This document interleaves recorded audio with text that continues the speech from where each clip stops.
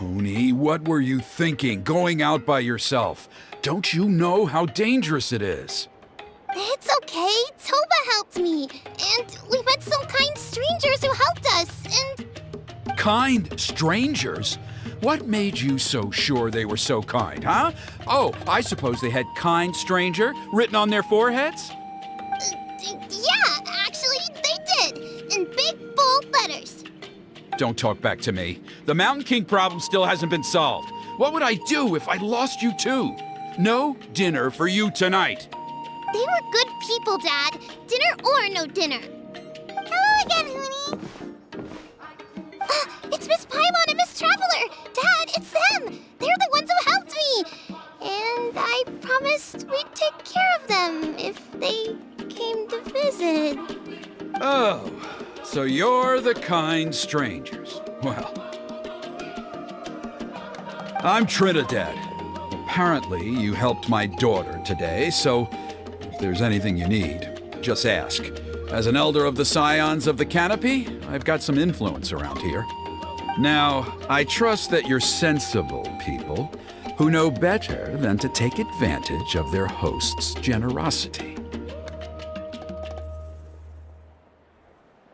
Yep, just helping a neighbor. We're not looking for anything in return. Oh? Well, let's hope so. Dad, please! They're not bad people. They've eaten at the same table with Kanich before. Be nice to them. Kanich? Wait!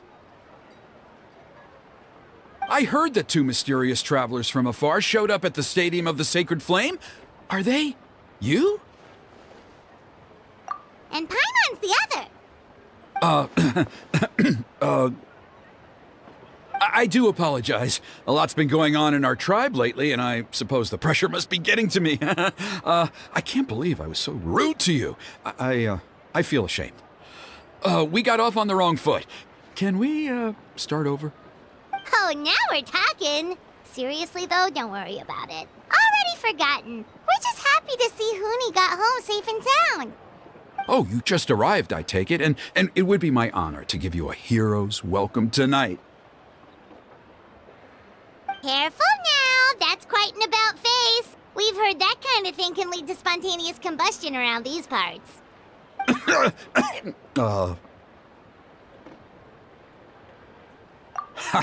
My dear traveler, you are very perceptive indeed. Go inside now, Hoonie. Dad's got some important business to discuss. Okay. Look after Miss Traveler and Miss Paimon. They're very special guests. Well, we'll hear you out, but we can't make any promises that we'll be able to help. Well, this is a matter of utmost importance. Please, allow me to explain. For many years, our tribe has celebrated the Turnfire Night. It is a traditional ceremony among the Scions of the Canopy in which we remember our ancestor, Burkina, and his companion, Kangamato, the Mountain King. Burkina was a hero who bore the ancient name Malipo, and Kangamato was a powerful Yumkasor warrior. Together, they fought against the Abyss. They were victorious, but it came at a great cost. Burkina paid with his life.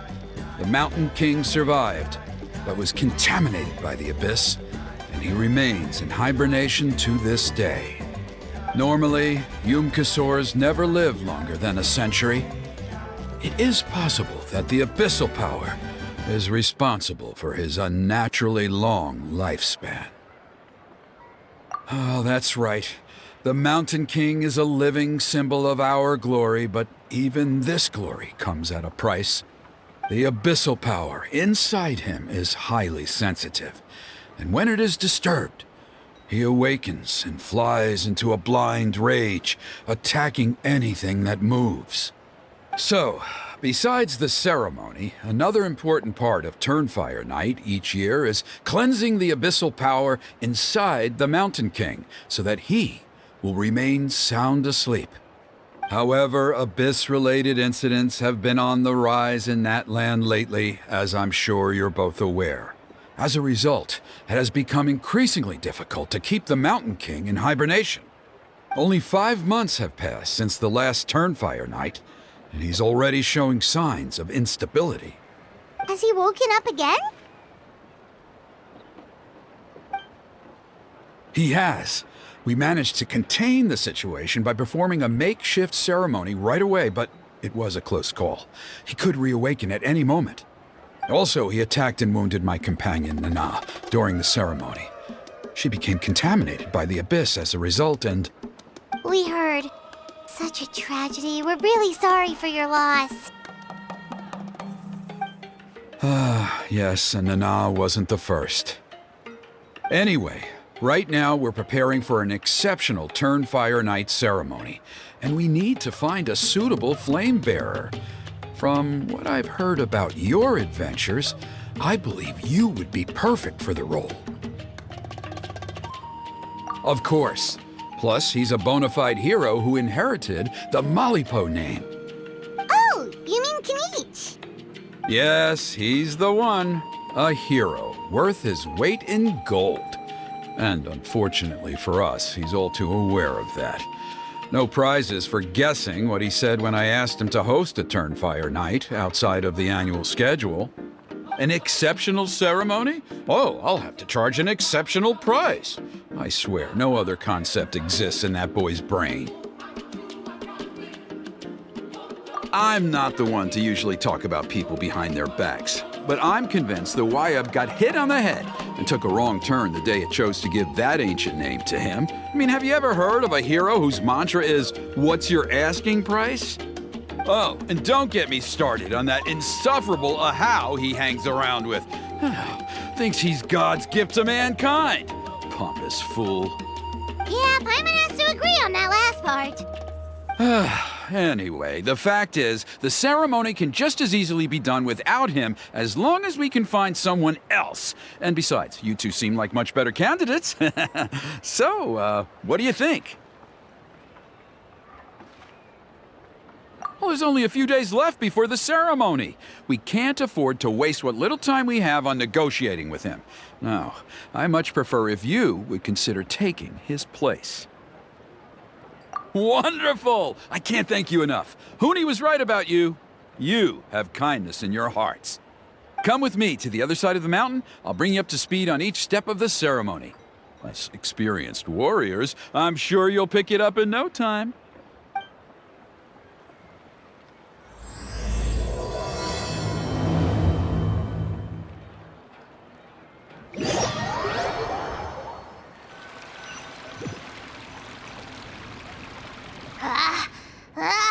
Achoo! Curses! Who dares insult the great Kahul Ahau behind his back? Oh, great Kahul Ahau, bless you. Shut your filthy mouth, worm of the abyss! Your putrid words defile the air we breathe. You make the almighty Dragon Lord, Kahul Ahau, sick to the stomach! Speaking as a member of the Abyss Order, that's music to my ears. Exactly the kind of reaction we're going for. But on a personal level, I gotta say, it's pretty hurtful. Ugh, never have we heard such brazen blustering from someone who is inches from death! Up yours, Four Eyes! We spit in your face! Okay, well, that I am at a loss to explain. How do I manage to stay so chirpy and cheerful? I can only guess it's some kind of powerful magic. But I digress. Mr. Kinich, I admit it, you, sir, are a legendary hunter. Still, the only reason you caught me is that I was reluctant to run away. You see, I'm very interested in the lore of your tribe. Kay? Is that it? Kay? Aren't you intrigued to know what it is about you guys that prompted a visit from the Abyss? It's the extreme sports! The other day, I narrowly avoided getting hit by a very brave soul who just leaped off a cliff. I think you call it bungee jumping? Anyway, I was very impressed. That is what I call embracing the spirit of adventure. Look, I even did a painting inspired by the bravery and freedom of the Scions of the Canopy. You scum-sucking swine! I swear, if you go bungee jumping, it'll be without a rope! Head first off the tallest cliff, with a band of hunters on your tail, and nowhere left to run, and a bottomless cesspit waiting for you on the ground. You say that, but I get the sense that Mr. Kinich isn't planning to take my life right now. On top of that, I'm tired of spying on you from afar. So why don't we just negotiate a comfortable operating distance that works for both of us? I've heard that the most important thing in human relationships is to respect each other's boundaries. What do you say, Mr. Kinich? Or you could tell me what it is you're really after. What? And then I'll name my price.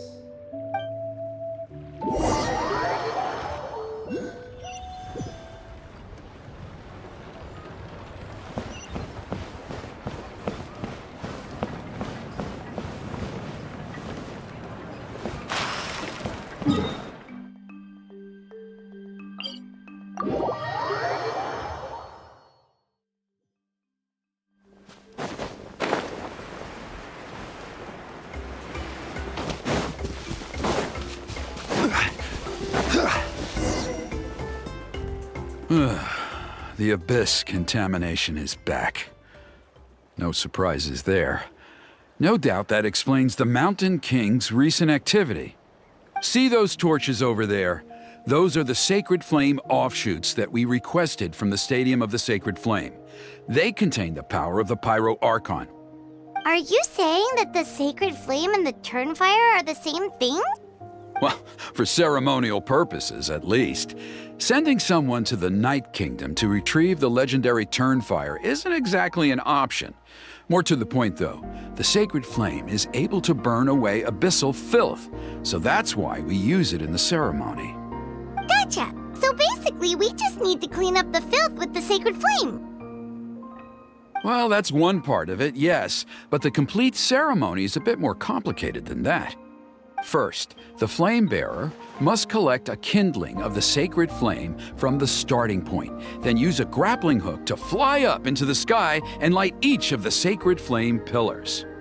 Then, they must go down into the canyon, all the way into the cave where the Mountain King slumbers, lighting braziers and the final altar along the way. The most skilled flame bearers can accomplish all of this without touching the ground once. As much as I hate to admit it, Kinich is capable of this. Wow! He can do all that flying without ever falling to the ground? Well, of course Paimon can. It'd be much harder for you guys. Well, don't worry. It's not a requirement of the ceremony. You're allowed to touch the ground. The only thing you're not allowed to do is turn back. The flame bearer must always keep moving forward. You can't skip a pillar, then come back to it after lighting the next one. To do so would be to disrespect our ancestors. So, what actually happens if you do turn back? Surely the fires don't just go out. If you're not careful, you might get burned. What about today then? Does the same rule apply? Oh no, don't worry. Today is just a practice. The order doesn't matter. You just need to take the sacred flame, cleanse the filth, then go light all the braziers. Are you ready? I'll repeat all the key points again. Gather the kindling, cleanse the filth, and light all the braziers. I'll wait for you at the end.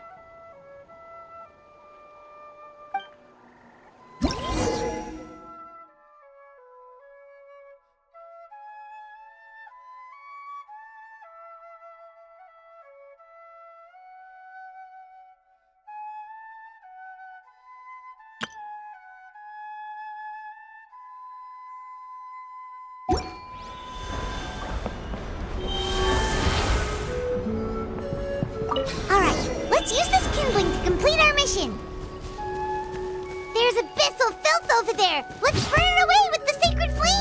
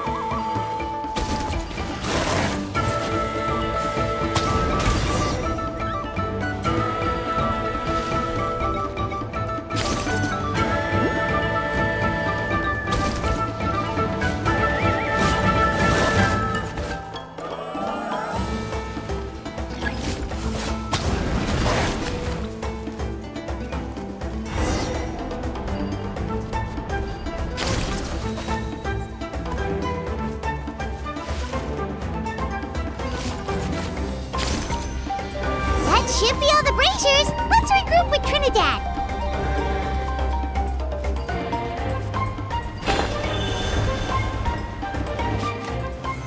Solidify!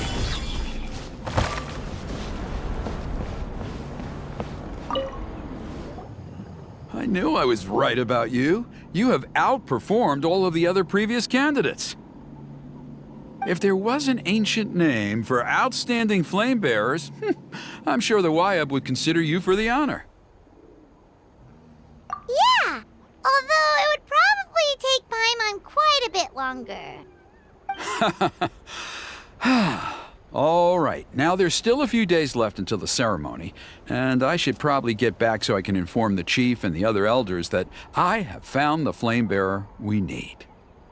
Oh, you mean they've still got to sign off on it? Some of them are still hoping we can come to an agreement with Kinich, but that's only because they haven't seen you in action. Still, I'm the one responsible for securing a flame bearer, and my recommendation is you. Just for Paimon's own peace of mind, are you sure it's not going to be a problem having Outlanders take on such an important role in your ceremony? See that place over there? There was a time, long before the age of Burkina and the Mountain King, when we, Scions of the Canopy, called that our home. After a period of upheaval, our ancestors were forced to move away. Now, it has become a place where our youths go to develop courage and kindle a spirit of adventure. If we fail to keep the threat posed by the Mountain King at bay, it might not be long before we have to move again and find a new home. So, to answer your question, I think everyone will agree that you are the right choice. Fair enough. Desperate times call for desperate measures. I'll need you to drop by my place at some point before the ceremony, if that's all right. There are still a few final details that we need to discuss. Okay, see you later then. You have my gratitude. We've helped out with a lot of other local festivals before, but this one feels a little different. Anyway, let's take a break before heading back to Trinidad's place.